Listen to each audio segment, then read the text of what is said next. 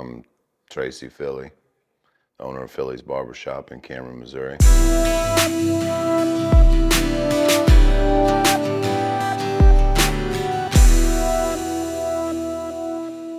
I'm from here.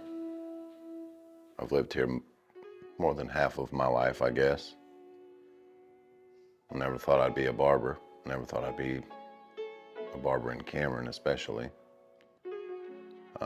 I grew up here. Didn't do a lot of good stuff growing up. But as I've grown, I've noticed that we can get lost in the world pretty easy. And I was one of those. And it wasn't until my oldest son, Enzo, he was 6 years old. So that's been 8 years ago now. He asked me one day if I wanted to play chess, because his little brother, we were down in St. Luke's Hospital downtown.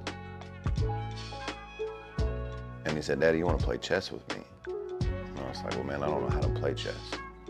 He's like, "It's okay, I'll teach you." And I was like, my 6-year-old son is going to teach me how to play chess. So I was like, okay. I was like, yeah, let's do it. And so he taught me how to play chess. And I beat him the first time, but I ain't been able to beat him since. So then we get back home, and we're outside playing catch, and he's just talking to me, and we're just having a good time. And then he says, "Daddy, will you get baptized with me?" And it really hit me, because I was living very worldly. I was drinking, smoking, doing all these things you shouldn't be doing. That are in direct conflict with what the word says. And it hit me, it's like he's always watching. My kids are always watching me in everything that I do. And I was lying to him, always telling him, don't ever lie to me, don't ever lie to me.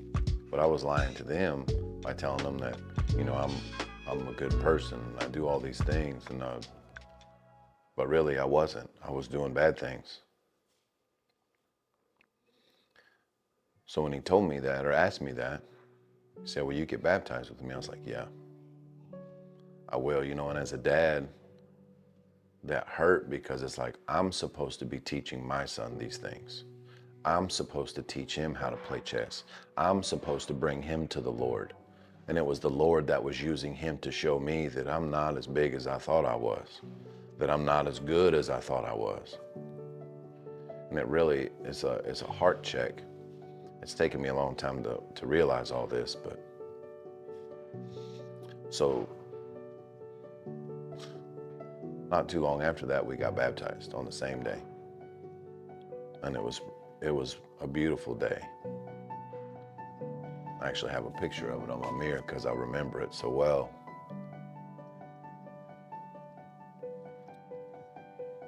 So after that, I still wasn't doing right. I still wasn't living right. I was still very worldly. It took me a while. The Lord is very patient with us. And I was working down in Liberty. I was working at Lowe's, and I worked there for quite a while. I was there for like 12 years.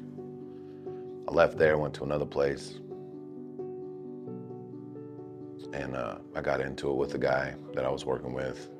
He fired me from the job while we were in the hospital with our 6-year-old now, Hazelin. And during this time of me working there, I had a buddy of mine ask me, he's like, "Well, man, who cut your hair?" And I said, "I do. I've been cutting it for like 20 years. He said, "Well, will you cut me and my sons?" I was like, "Sure, I will, And so as I got done cutting them, we're at our house a couple days later, and him and his wife were down, and we're just sitting there visiting. And he's like, "Why don't you open a barbershop?" I said, "Man, I never even thought about it. I've always been particular about my haircut. So I've been doing it for so long because I hated paying for a haircut that I didn't like." So I'm like, well, I don't know how I'm gonna do that, full time at the school that I went to. Shout out to Ela Mars, Miss Nikki, Miss J, Miss Mac. anyways, it's 10 months. And I'm like, well, I don't know how I'm gonna go full time doing this and still working. Well, then I got fired. So it's like, if the Lord is gonna open a door for you, he's gonna open the door. And he's also gonna shut a door real quick. And he slammed that door right in my face. And it's like, this isn't where you're supposed to be. This ain't where I want you. I was like, okay. So Kristen and I talked about it. I'm like, I don't know how we're gonna do it because I didn't have income. I didn't have a job. She we had just got this van that we got. And we're like, well, how am I gonna pay for this van? Because I had just got fired and we had just got the van. So then all of a sudden, she gets the clerk position. We live in Winston. She gets the clerk position, and her monthly, she gets paid once a month. Her monthly is $500 a month. Our van payment is $460 a month.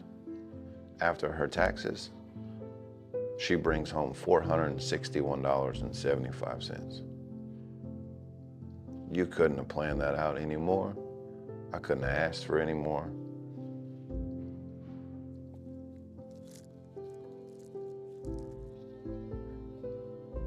Like the Lord,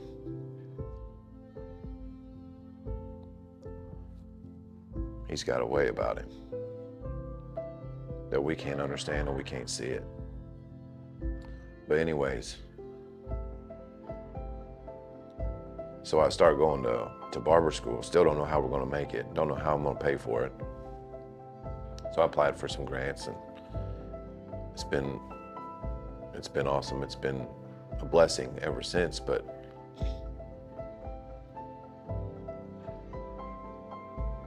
I found that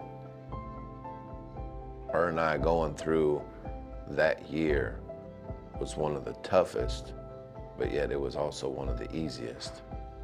Because at the end of the year, all said and done, her and I both,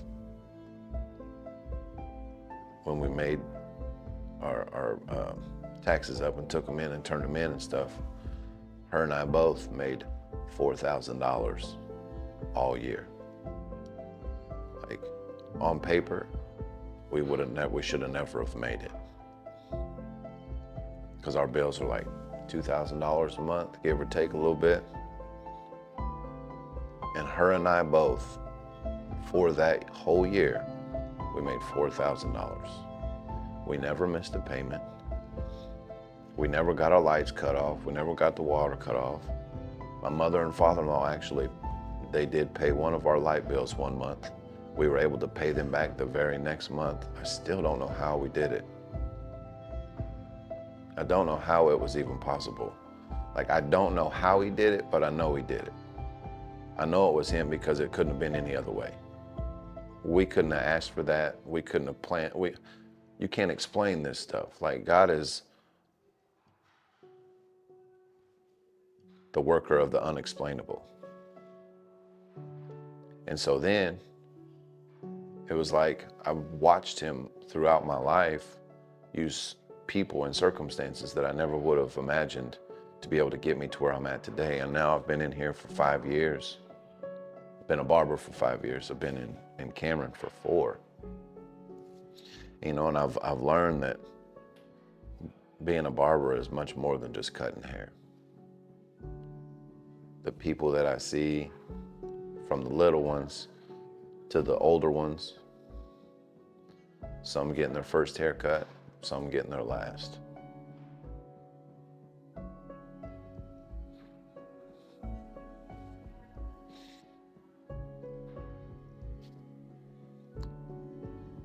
But it's been a blessing to be here.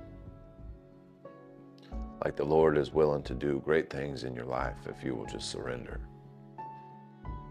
Surrender's the hard part. Because as men, we feel a sense of pride. But if we can surrender our will for His, there's nothing that He won't do for us. Even when we can't see it, even when it doesn't make sense. We don't have to understand everything. We don't have to know everything.